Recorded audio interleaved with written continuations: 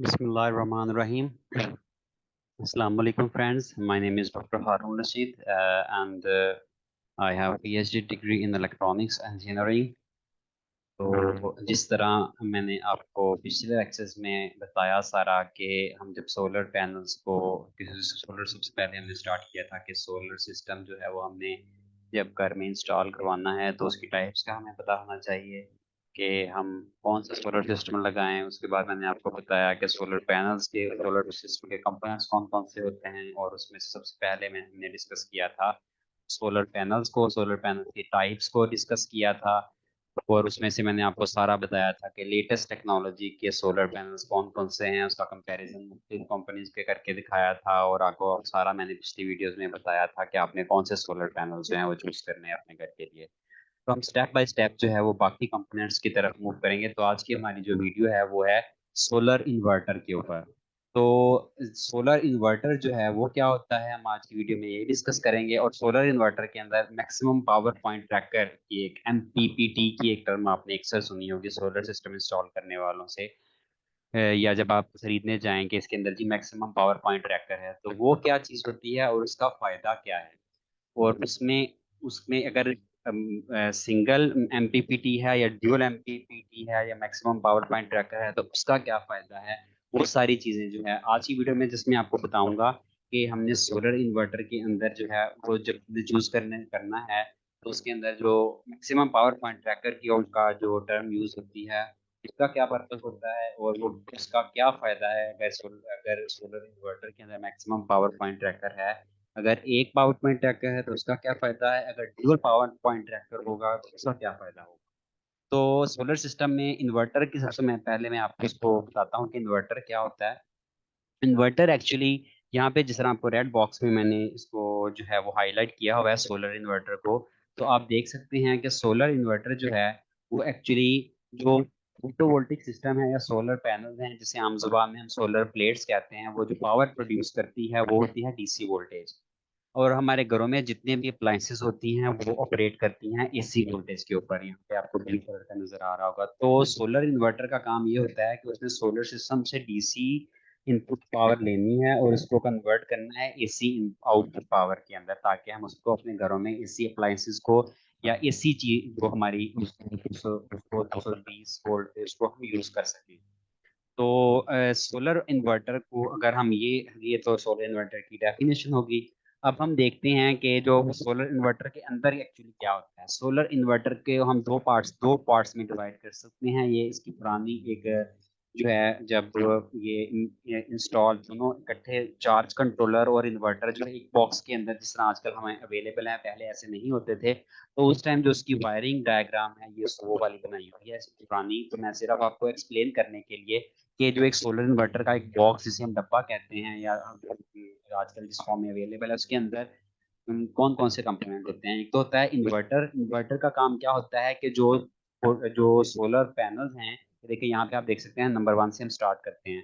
Solar panels ने जो DC power produce करनी है वो maximum power point charge controller के पास जानी है। और फिर चार्ज कंट्रोलर से आगे वो चार्ज कंट्रोलर से दो टर्मिनल्स जो आगे जा रहे हैं वो बैटरीज को जा रहे हैं और वही दो टर्मिनल जो हैं वो इन्वर्टर की तरफ जा रहे हैं। और फिर वो इन्वर्टर जो है वो इस डीसी पावर को यूज करते हुए वो घर का एसी लोड चला रहा है। तो बेसिकली जो आजकल जो हमारा सोलर इन्वर्टर जिस बॉक्स जो होता है उसके अंदर दो चीजें होती हैं। एक तो होता है इन्वर्टर और उसी के अंदर ही एक चार्ज कंट्रोलर भी होता है। और अब उस चार्ज कंट्रोलर में को ये बहुत ज्यादा मैटर करता है कि उसमें जो चार्ज कंट्रोलर जो है उस सारे सोलर सिस्टम की एफिशिएंसी जो है सोलर पैनल्स के बाद उसके ऊपर डिपेंड कर रही होती है। और हम आज देखते हैं कि ये चार्ज कंट्रोलर क्या चीज़ होती है और इसकी इंपॉर्टेंस क्या है और इसकी टाइप्स कौन कौन सी होती हैं। जब आपने परचेज करने जाना है तो आपने कौन सा उसके अंदर वेरीफाई करना है कि कौन सा चार्ज कंट्रोलर है।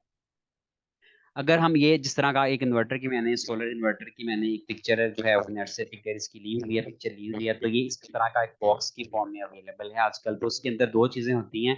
एक इन्वर्टर होता है और इन्वर्टर क्या करता है कि डीसी पावर जो कि सोलर पैनल से आ रही है उसको वो चेंज करता है एसी के अंदर। और चार्ज कंट्रोलर होता है। चार्ज कंट्रोलर क्या करता है, जो जो सोलर पैनल से जो डीसी पावर आ रही है उसको वो उस पावर को कन्वर्ट करता है डीसी के अंदर ही कन्वर्ट करता है। वो मैं आगे फर्दर डिटेल के अंदर बताता हूँ कि वो फिर आगे वो पावर जो है डीसी पावर वो बैटरीज को और इन्वर्टर को जाती है। जिस तरह आप इस ब्लॉक डायग्राम के अंदर देख सकते हैं कि मैक्सिमम पावर पॉइंट कंट्रोलर से सोलर पैनल का कनेक्शन है, फिर मैक्सिमम पावर पॉइंट कंट्रोलर से आगे टर्मिनल, ये दो आउटपुट टर्मिनल है रेड और ब्लू कलर की वायर, तो ये बैटरीज को भी जा रही है और साथ साथ ही इन्वर्टर को भी सप्लाई दे रहा है। तो इसलिए इसने जो है वो पावर जो है वो ट्रांसफॉर्म करनी है सोलर पैनल से बैटरीज और जो हमारे जो इन्वर्टर है, और इन्वर्टर ने आगे अल्टीमेटली घर को जो है एसी लोड को सप्लाई करनी है पावर। तो इसने मैक्सिमम इसकी एफिशिएंसी के ऊपर डिपेंड करेगा अब सारा का ये बाकी जो है ये वाला पार्ट जो कि हमारा डीसी लोड्स हैं, जो कि हमारा क्या है एक बैटरी है और इन्वर्टर है, और जो एसी आगे एसी लोड जहां तक एसी पावर पहुंचती है वो सारी इन दो चीजों इस पर मैक्सिमम चार्ज कंट्रोलर के ऊपर अब डिपेंड करेगी। ये कंपोनेंट बहुत जरूरी है समझना। तो ये दो तरह के मैंने ये सबसे पहले मैं आपको इसकी डेफिनेशन बताता हूँ। फोटोवोल्टिक सिस्टम जो है आपको पता है कि वो सनलाइट के ऊपर डिपेंड करता है। उसमें सोलर पैनल या सोलर प्लेट्स होती हैं, जब सनलाइट स्टार्ट होती है उनके ऊपर पड़ना तो तभी वो पावर देता है। तो आपको पता है कि सनलाइट जो है वो कभी क्लाउडी वेदर हो या बादलों वाला मौसम हो तो तब जो है वो रोशनी ज्यादा नहीं होती, तो तब उसकी पावर जो है आउटपुट पावर जो है वो लो होगी। लेकिन जो अगर सनलाइट जो है वो अच्छी है, क्लाउडी वेदर नहीं है, क्लियर वेदर है, अच्छा मौसम है, तो जो है वो पावर उसकी ज्यादा होगी। तो ये एक तरह का जो है वो उसकी कांस्टेंट जो है वो कोई भी इसमें चीज नहीं है एक्चुअली, जो सनलाइट के ऊपर डिपेंड कर रहा है। और सनलाइट जो है वो कांस्टेंट नहीं रहती। किस सेंस में कांस्टेंट नहीं रहती? कभी धूप आ रहे हैं, कभी बादल आ गए हैं, तो अब इन सब चीजों का इस चीज सोलर पैनल से मैक्सिमम पावर एक्सट्रैक्ट करना अब काम है मैक्स जो है वो चार्ज कंट्रोलर का। तो चार्ज कंट्रोलर एक डिवाइस है जिसने क्या करना है कि सोलर पैनल्स और इन्वर्टर के दरमियान ये चीज जो होगी ये लगी होगी। ये क्या करेगी, ये बैटरीज तक इसने मैक्सिमम पावर पहुंचानी है, और जो सोलर की डीसी पावर है उसको डीसी का में कन्वर्ट करके बैटरीज तक पहुंचानी है, और इन्वर्टर तक भी उसको पहुंचाना है। तो जितनी ज्यादा मैक्सिमम पावर एक्सट्रैक्ट करेगा सोलर पैनल से, इसका मतलब है कि उतनी ही ज्यादा इसकी एफिशिएंसी अच्छी होगी उस इन्वर्टर की जिसके अंदर चार्ज कंट्रोलर जो है वो अच्छा लगा होगा। अब मैं चार्ज कंट्रोलर की आपको इसके चार्ज कंट्रोलर की इंपॉर्टेंस बताता हूँ कि ये क्यों जरूरी है। अगर चार्ज कंट्रोलर ना हो तो क्या होता है कि बैटरीज अगर हमारे पास ऑफ ग्रिड या हाइब्रिड सिस्टम लगा हुआ है तो जब बैटरीज हैं वो ओवर चार्ज हो जाती हैं। ओवर चार्ज होने से क्या होगा कि ओवर चार्ज होने से जो है उसमें हाइड्रोजन और ऑक्सीजन गैसेस प्रोड्यूस होती हैं, जिसकी वजह से अक्सर जो है वो एक्सप्लोजन और जो है वो बैटरीज जो है वो जो है एक्सप्लोड कर जाती हैं या वो धमाका हो जाता है उनका, जो कि हमारा वो काफी महंगी बैटरीज होती हैं। तो इसलिए आपको इसकी इंपॉर्टेंस का अंदाजा हो गया होगा कि अगर ओवर चार्जिंग ये चार्ज कंट्रोलर सही काम नहीं कर रहा या वो एफिशिएंटली काम नहीं कर रहा तो हमारी बैटरीज भी डैमेज हो जाएंगी, बैटरीज एक्सप्लोड कर जाएंगी। अगर वो एफिशिएंटली काम नहीं कर रहा तो चार्ज जो बैटरी है वो बहुत ज्यादा ड्रेन हो जाएगी और हमने उसको बहुत ज्यादा डिस्चार्ज नहीं करना। अगर बहुत ज्यादा उसको डिस्चार्ज कर देंगे तो जो उसके साइकिल्स होते हैं, लाइफ साइकिल्स, वो कम हो जाएंगे और बैटरी जल्दी जो है वो खराब हो जाएगी। तो उसको एक लिमिट के अंदर जो डिस्चार्ज करना और एक लिमिट के अंदर चार्ज करना, ये सारी चीजों का काम चार्ज कंट्रोलर का काम है। तो चार्ज कंट्रोलर का एक्चुअली जो मेजर पर्पज है वो क्या है कि मैक्सिमम पावर उसने एक्सट्रैक्ट करनी है सोलर पैनल से, जो कि डीसी पावर होगी, फिर उसको जो है वो बैटरीज को प्रोवाइड करना और इन्वर्टर को वो पावर प्रोवाइड करेगा डीसी पावर, और इन्वर्टर ने फिर आगे जो है वो एक्चुअली उसको एसी में ट्रांसफर ट्रांसफर करना है या ट्रांसफॉर्म करना है। तो चार्ज कंट्रोलर जो हैं वो दो तरह के होते हैं जो कि सोलर इन्वर्टर के अंदर जो होते हैं इंस्टॉल, उसमें उनको हम दो मेजर टाइप्स में डिवाइड कर सकते हैं। एक वो जो पुरानी टेक्नोलॉजी है उसे हम कहते हैं PWM charge controller, pulse width modulation charge controller. ये बहुत पुरानी टेक्निक है और ये एफिशिएंट भी नहीं है ये चार्ज कंट्रोलर। तो हमने इसकी तरफ नहीं जाना। हम आजकल जो लेटेस्ट टेक्नोलॉजी है जो कि इन सोलर इन्वर्टर्स के अंदर आ रही है उसे हम कहते हैं maximum power point tracker charge controller. मैं हम दोनों को अलग-अलग डिस्कस करूंगा कि दोनों के फायदे क्या हैं, नुकसान क्या हैं, हर एक का जो इसका ये हमने क्यों नहीं चूज करना, और मैक्सिमम पावर पॉइंट ट्रैकर जो है वो क्यों होना चाहिए इन्वर्टर के अंदर, उसका फायदा क्या है। तो पहले इनको डिफाइन करते हैं, देखते हैं। यहाँ पे अगर हम देखें कि पीडब्ल्यूएम चार्ज कंट्रोलर जो है, फॉर एग्जांपल हमारे पास 250 वाट का एक सोलर मॉड्यूल है जिसमें जो कि मैक्सिमम वोल्टेज प्रोड्यूस कर रहा है 32 वोल्ट, और उसकी जो एम्पियर मैक्सिमम प्रोड्यूस कर रहा है करंट वो 7.8 एम्पियर प्रोड्यूस कर रहा है। तो यहाँ पे हमारे पास कितनी पावर आ गई? एम्पियर हमारे पास 7.8 आ गए, लेकिन सॉरी एम्पियर 7.8 आ गए, और वोल्टेज 12 वोल्ट यहाँ पे क्यों शो किए गए हैं? अब जो पल्स विड्थ चार्ज कंट्रोलर था वो क्या करता था, उसने क्या करना है कि इसमें 250 वाट पावर जो आ रही है उसने उसको लोअर करके उस लेवल पे लेके आना है जो कि बैटरी का वोल्टेज है। बैटरी अगर 12 वोल्ट का सिस्टम लगा हुआ है तो उसने उसको लो करके, यानी कि 250 आनी तो क्या चाहिए, 32 × 7.3 जो कि बनती है अप्रोक्सीमेटली 250 वोल्ट। तो आनी तो एक होना तो ये चाहिए कि यहाँ पे जो है 7.8 एम्पियर और यहाँ पे 32 वोल्ट हो।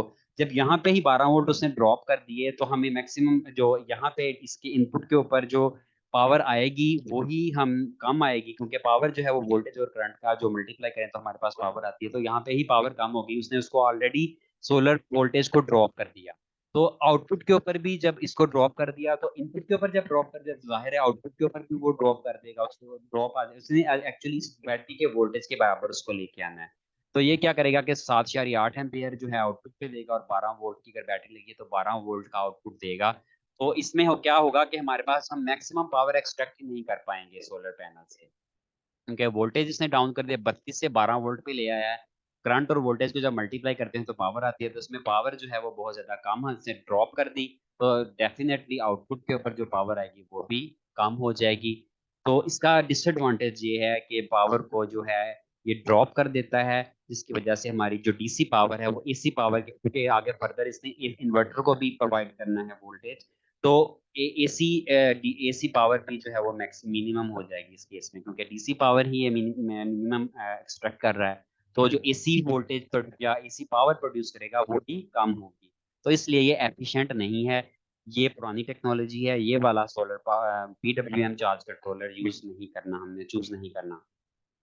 अब इसको मैं यहाँ पे आपको समझाने की कोशिश करता हूँ बहुत ही सिंपल डायग्राम के थ्रू, कि अगर एक सोलर पैनल 250 वाट का फॉर एग्जांपल लगा हुआ है जो कि मैक्सिमम 32 वोल्ट दे रहा है और पीक आवर्स में और 78 एम्पियर वो करंट दे रहा है, तो pulse with modulation controller PWM charge controller अगर वो 8 एम्पियर का है उसकी कैपेसिटी, तो ये इसके ऊपर कैपेसिटी इसकी होती है कि ये 8 एम्पियर का है, 10 एम्पियर का है, 20 एम्पियर का है।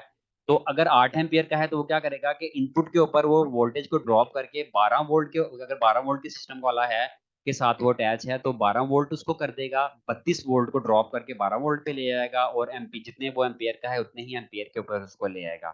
यहाँ पे पावर उसने सारी की सारी ड्रॉप कर दी। 12 को 8 से मल्टीप्लाई करें तो हमारा जो आंसर आएगा वो जो 250 है, बहुत ज्यादा कम पावर आएगी। तो इसने इनपुट के ऊपर पावर डीसी पावर ही ड्रॉप कर दी, तो आउटपुट के ऊपर भी डेफिनेटली पावर फिर वो कम ही, आउटपुट के ऊपर भी उतनी ही पावर देगा 12 ज़रा 8 वोल्ट। अब ये देखिए यहाँ पे ऊपर एक वोल्टेज और करंट की जो है वो कर्व दिखाई गई है। एक्स एक्सिस के ऊपर जो है वो वोल्टेज है और वाई एक्सिस के ऊपर एम्पियर है। ये देखें कि ये 12 वोल्ट पे ऊपर जब हम लेके आते हैं, ये देखें 12 वोल्ट, इस पॉइंट के ऊपर 12 वोल्ट है और इस पॉइंट के ऊपर करंट क्या है, इस पॉइंट के ऊपर करंट 8 एम्पियर ही एक्सट्रैक्ट कर रहा है। तो ये पावर जो बन रही है तकरीबन 100 वाट बन रही है इस टाइम इसके ऊपर, यहाँ पे जो आउटपुट के ऊपर पावर दे रहा है यही इन्वर्टर को जानी है। इसका क्या मतलब है? इसका मतलब है कि अगर सोलर मॉड्यूल 250 वाट का लगा हुआ है और उसमें पीडब्ल्यूएम चार्ज कंट्रोलर लगा हुआ है, तो वो क्या करेगा, वो मैक्सिमम जो है वो पावर देगा, 250 वाट से एक्सट्रैक्ट करेगा 100 वाट 100 वाट। वो भी किस फॉर्म, इस सूरत में जब कि पीक आवर्स में जब फुल फुल सनलाइट होगी। ये देखें कितना ज्यादा, 50% से भी कम पावर रह गई है, इसका ये नुकसान है। अब हम देखते हैं कि मैक्सिमम पावर पॉइंट ट्रैकर जो है ये क्या चीज होती है और इसका क्या फायदा है। ये maximum power point tracker actually advance technology है, ये इंटेलिजेंट सिस्टम एक तरह का आप समझ लें।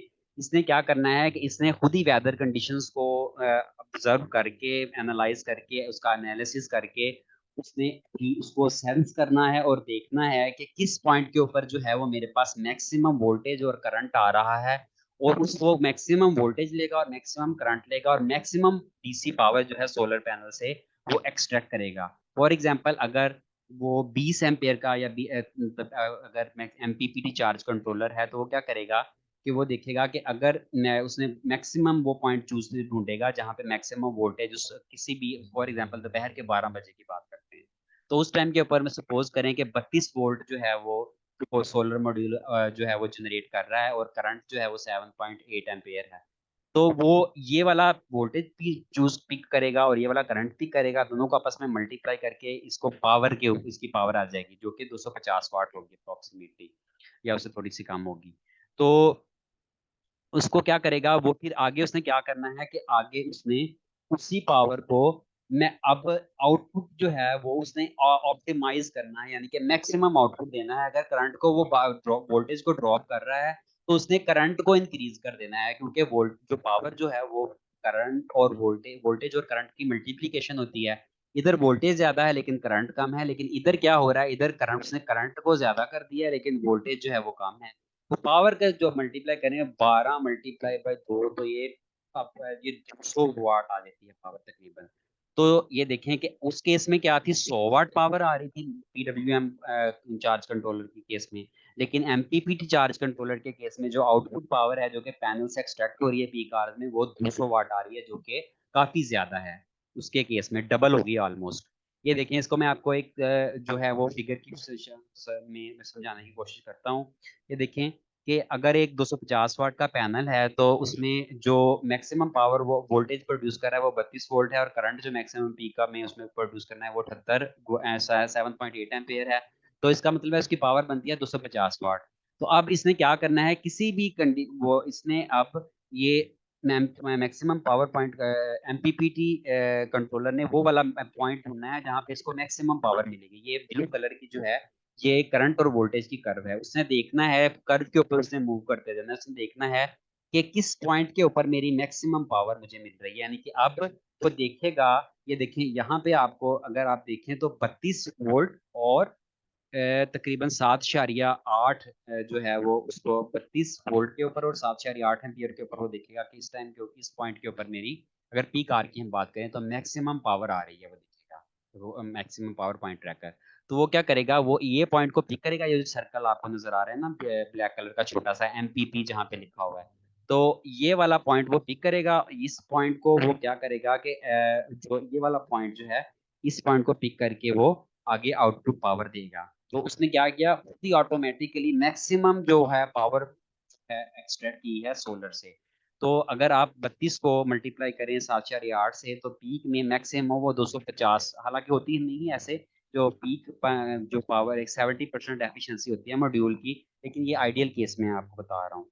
तो उसमें क्या करेगा कि वो मैक्सिमम पावर एक्सट्रैक्ट करेगा, जैसे कि मैंने आपको बताया जो अप्रोक्सीमेटली बन रही थी 200 वाट।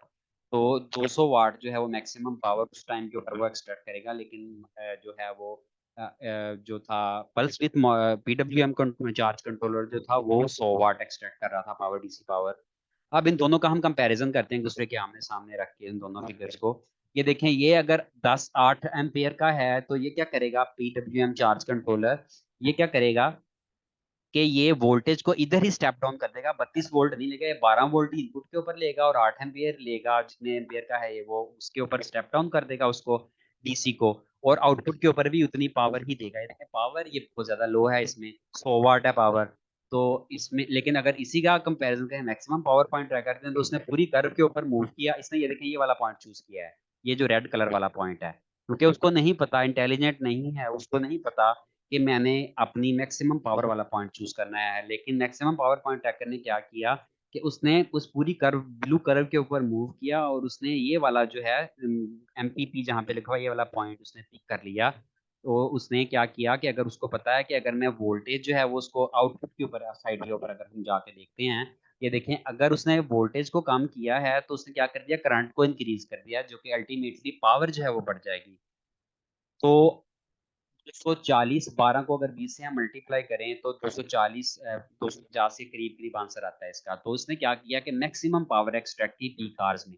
अगर कोई भी जो है वो डे के ड्यूरेशन में जब सनलाइट वेरी करती जाती है, फॉर एग्जांपल सुबह सूरज जब निकलता है तो सनलाइट कम होती है, तो उस टाइम के ऊपर वो मैक्सिमम पॉइंट ढूंढेगा जिसके ऊपर मैक्स वो देखेगा कि मैं कौन क्या वोल्टेज क्या रखूं और करंट कौन सा पिक करूं कि मैं आउटपुट के ऊपर मैक्सिमम पावर दे सकूं। उसने खुद ही ऑटोमेटिकली वो मैक्सिमम पावर पॉइंट वाला जो मैक्सिमम पावर का पॉइंट ढूंढते जाना है और आउटपुट के ऊपर देते जाना है। तो इसका जो एफिशिएंसी है वो ओवरऑल, आगे से इन्वर्टर को भी पावर देनी है, तो अल्टीमेटली हमारे सिस्टम की एफिशिएंसी जो है सोलर पैनल तो बेशक अगर हमने बेस्ट चूज कर ली है, लेकिन अगर एमपीपीटी चार्ज कंट्रोलर उसके अंदर नहीं है तो उसका हमें वो मैक्सिमम एफिशिएंसी, उसकी मैक्सिमम पावर एक्सट्रैक्ट ही नहीं कर पाएगा, तो हमें उसका फायदा ही नहीं होगा। तो इसलिए मैक्सिमम पावर पॉइंट ट्रैकर का होना बहुत जरूरी है जो सोलर इन्वर्टर के अंदर। तो मैक्सिमम पावर पॉइंट ट्रैकर ही एफिशिएंसी को आगे डिफाइन करेगा सिस्टम की, कि वो सोलर पैनल से कितनी जो है पावर एक्सट्रैक्ट कर रहे हैं। अब एमपी जो चार्ज कंट्रोलर्स अब जो सोलर सिस्टम हाइब्रिड या ऑफ ग्रिड अवेलेबल है, वो एक तो कोई 12 वोल्ट वाला सिस्टम है, कोई एक 24 वोल्ट वाला सिस्टम है, और एक 48 वोल्ट डीसी वाला सिस्टम है। यानी कि एक में एक बैटरी लगती है, एक में दो बैटरीज लगती हैं। यहाँ पे एक ही बैटरी से शो किया गया, एक्चुअली दो बैटरी सीरीज के अंदर लगी हुई, और एक में जो है वो चार बैटरीज लगती हैं। अब देखते हैं कि अगर maximum power point tracker 20 ampere का लगा हुआ है उस इन्वर्टर के अंदर, इन्वर्टर की साइड पे लिखा होता है कि इसमें मैक्सिमम पावर पॉइंट ट्रैकर की सारी स्पेसिफिकेशन, और उसके जो है उसका जो वारंटी कार्ड या उसका जो मैनुअल होता है उसके अंदर भी लिखा होता है। हम देखते हैं कि अगर 20 एम्पियर का मैक्सिमम पावर पॉइंट ट्रैकर हम अटैच करते हैं उसके साथ 250 वोल्ट का एक पैनल, तो वो क्या कैसे वो जो है वो पावर को हैंडल करेगा। ये देखें, अब इसने क्या किया कि इसने 32 वोल्ट इनपुट के ऊपर आ रहे हैं, तो मैक्सिमम पावर पॉइंट ट्रैकर ने क्या किया कि 32 वोल्ट और इनपुट के ऊपर 32 वोल्ट और 7.8 एम्पियर का करंट आ रहा है, तो इसने आउटपुट के ऊपर उसने देखा कि मेरे पास तो 12 वोल्ट का सिस्टम है, तो वो क्या करेगा कि वोल्टेज को तो स्टेप डाउन कर देगा लेकिन करंट को मैक्सिमम कर देगा, ताकि उसको मैक्सिमम पावर जो है आउटपुट के ऊपर चाहिए। तो यहाँ से इसको अगर मल्टीप्लाई करें तो इसको मल्टीप्लाई करें, आंसर ऑलमोस्ट जो है वो सेम आएगा। तो मैक्सिमम पावर पॉइंट ट्रैकर ने क्या किया कि 20 एम्पेयर तक करंट को ले गया। इसका मतलब 20 एम्पेयर का क्या मतलब है कि 20 एम्पेयर तक करंट को हैंडल कर सकता है, या 20 एम्पेयर करंट ले गया इसको, ठीक है। अब हम देखते हैं कि अगर 24 वोल्ट की बैटरी लगी हुई है, तब वो बैटरी 12-12 वोल्ट की लगी हुई है, और हमारे पास 20 एम्पेयर का मैक्सिमम पावर पॉइंट ट्रैकर है। ये देखें, अब इसमें ये देखें 20, इसमें हम मैक्सिमम हमें बताएगा कि हम कितने पावर सोलर प्लेटें साथ या मॉड्यूल साथ अटैच कर सकते हैं। ये जो था 7.8 एम्पियर है, तो ये ऑलमोस्ट हम इसे रफली कह सकते हैं कि जब ये 7.8 प्लस 7.8 जब दो सीरीज में पैन मॉड्यूल लगाते हैं, तो ये तकरीबन 16 एम्पियर का बन जाता है। तो सीरीज में लगाते हैं, तो सीरीज में लगाने से क्या होता है कि वोल्टेज तो इंक्रीज हो जाता है सीरीज में लगाने से इसको, लेकिन जो है सीरीज में करंट सेम रहता है। तो यहाँ पे जब 32 वोल्ट वाला पीक आर के ऊपर हम आइडियल केस में बात करते हैं, तो ये दोनों सीरीज में लगे हुए हैं, तो क्या करेंगे, 64 वोल्ट वो प्रोड्यूस करेगा वोल्टेज, और करंट जो है वो सेम रहेगा, क्योंकि सीरीज के अंदर जब दो कंपोनेंट्स अटैच होते हैं तो वो सोर्सेज तो उनका वो करंट जो है वो सेम रहता है। तो solar maximum power point tracker ने क्या किया कि अब इसने इनपुट के ऊपर तो देखा कि मेरे पास 64 वोल्ट और 7.8 एम्पियर का जो है करंट आ रहा है, तो अब लेकिन आउटपुट के ऊपर मेरे पास 24 वोल्ट की बैटरीज लगी हुई है, तो वो क्या करेगा कि आउटपुट को 24 वोल्ट पे ले आएगा डीसी को, और करंट को जो है वो मैक्सिमम पॉइंट ढूंढेगा जहाँ पे वो करंट जो है वो मैक्सिमम कर सके। तो अगर 20 एम्पियर का है तो 20 एम्पियर के ऊपर उसको मेंटेन कर देगा, 20 एम्पियर के ऊपर। तो 24 को अगर हम 2 से मल्टीप्लाई करें, तो 24 को जब 2 से हम मल्टीप्लाई करते हैं तो हम उसका जो उसके मतलब है कि हम इसमें इसकी जो आउटपुट को हैंडल करने की कैपेसिटी जो है वो बढ़ गई। इसमें 250, 12 को 2 से मल्टीप्लाई करें तो 250 आता है इसका आंसर, यानी कि इसके साथ 250 वाट का मॉड्यूल हम अटैच कर सकते हैं। लेकिन इसमें 24 को 2 से मल्टीप्लाई करें तो 480 वाट आ जाती है पावर। तो इसका मतलब है कि हम इसके साथ अप्रोक्सीमेटली दो पैनल जो हैं 500 वाट, 250 वाले और 250 वाले दो लगेंगे, तो ये 500 वाट की पावर बन जाएगी। तो इसका मतलब है कि ये हमें ये भी इसने बता दिया कि अब हम अगर 20 एम्पियर का maximum power point tracker inverter के अंदर लगा हुआ है, तो हम इसके ऊपर इसके साथ दो सोलर मॉड्यूल जो है वो अटैच कर सकते हैं। तो मैक्सिमम जो है वो एफिशिएंसी जो है मैक्सिमम डीसी आउटपुट हमें देगा। इन्वर्टर के ऊपर भी मैक्सिमम डीसी जाएगा, और फिर वो जब एसी में कन्वर्ट करेगा तो डेफिनेटली वो maximum AC output power generate करेगा। इसको हम तीनों सिस्टम्स में देखते हैं। आपको पता है आपके वोल्टेज और करंट को मल्टीप्लाई करें तो पावर आ जाती है। तो अगर हमारे पास 20 एम्पेयर का मैक्सिमम पावर पॉइंट ट्रैकर है, तो और 12 वोल्ट का सिस्टम है, तो उसमें उसका जब अब हम 20 एम्पेयर को मल्टीप्लाई करें 12 वोल्ट से, तो 250 वाट आता है। तो इसका मतलब है कि 20 एम्पेयर का अगर हमारे पास मैक्सिमम पावर पॉइंट ट्रैकर है और 12 वोल्ट का सिस्टम है, तो उसके साथ हम क्या कर सकते हैं कि सिर्फ एक 250 मॉड्यूल, ये एग्जांपल दे रहा हूँ मैं, कि उसमें 250 वाट का सिर्फ एक पैनल लगा है, जिस तरह ये वाले में आपको नजर आ रहा है 250 वाट का एक पैनल लगा हुआ है। लेकिन अगर जो है वो आप यहाँ पे देखें कि अगर 24 या 25 लिखा हुआ है अप्रोक्सीमेटली, अगर 24 वोल्टेज का सिस्टम लगा हुआ है, तो 24 मल्टीप्लाई बाई 20 करें तो वो जो है वो 25 इधर ले लिए उसकी रखनी हमने वैल्यू, तो 500 वाट के, इसका मतलब है कि 250 वाले दो पैनल जो हैं वो हम साथ से कनेक्ट कर सकते हैं, उसकी पावर को वो हैंडल कर सकता है। अगर वो 48 वोल्ट वाला सिस्टम लगा हुआ है, तो 20 एम्पेयर का मैक्सिमम पावर पॉइंट ट्रैकर वो क्या करेगा, यहाँ से देखें कि हम 48 वोल्ट के साथ मल्टीप्लाई जब करते हैं उसको, तो हमारे पास 1040 वाट आता है। तो इसका मतलब है कि उसमें हम चार 250 वाले मॉड्यूल जो हैं वो कनेक्ट कर सकते हैं सिस्टम में, तब वो मैक्सिमम उस चार मॉड्यूल्स को वो हैंडल कर लेगा, मैक्सिमम पावर वो देगा। तो इस तरह मैक्सिमम पावर पॉइंट ट्रैकर की जो एम्पेयर को कंट्रोल हैंडल करने की जो कैपेबिलिटी है, वो हमें ये भी बता देती है कि इसके साथ हमने कितने मॉड्यूल्स अटैच करने हैं, ताकि वो maximum power they. Thank you so much दोस्तों वीडियो को एंड तक देखने के लिए। तो अब अगले लेक्चर में मैं आपको, जो वीडियो में मैं आपको बताऊंगा कि अब हमें ये तो पता चल गया कि मैक्सिमम पावर पॉइंट ट्रैकर जो है वो हमें लाजमी होना चाहिए, जो भी हमने लेना है सोलर इन्वर्टर। वो कुछ सोलर इन्वर्टर में जो है वो single MPPT maximum power point tracker होता है, और कुछ में ड्यूल आउटपुट में एमपीपीटी होता है। तो सिंगल जो अगर एमपीपीटी होगा तो उसकी एफिशिएंसी कम होगी, अगर ड्यूअल एमपीपीटी होगा तो उसकी एफिशिएंसी जो है वो ज्यादा होगी, और उसमें हम मुख्तलिफ पावर के मॉड्यूल्स को हम कनेक्ट कर सकते हैं। फॉर एग्जांपल 550 वाले हैं, और उसके साथ कुछ 50 वाले हैं, 300 वाट वाले हैं, 350 वाट वाले हैं। तो हम एक वोल्टेज व एक जो पैनल्स हैं उनको एक का आउटपुट एक में एमपीपीटी के साथ कनेक्ट कर देंगे, और दूसरे पैनल जो सेम पावर के हैं उनको दूसरे एमपीपीटी के साथ कनेक्ट कर देंगे। अगर दो एमपीपीटी, जिसे हम कहते हैं ड्यूअल एमपीपीटी, ये मैं ड्यूअल एमपीपीटी, उसकी एफिशिएंसी बहुत ज्यादा बेटर होती है कंपेयर टू सिंगल एमपीपीटी जिसमें होता है, तो उसकी डेफिनेटली कॉस्ट भी ज्यादा होती है। तो अगले लेक्चर में मैं आपको ये बताऊंगा कि ड्यूअल एमपीपीटी के एडवांटेजेस क्या हैं, अगर इन्वर्टर के अंदर ड्यूअल एमपीपीटी इन्वर्टर है तो उसका क्या फायदा है, और ड्यूअल आउटपुट सोलर इन्वर्टर जो है उसका क्या मतलब होता है और उसका फायदा क्या है, और pure sine wave solar inverter जो होता है वो क्या होता है और उसका क्या फायदा है।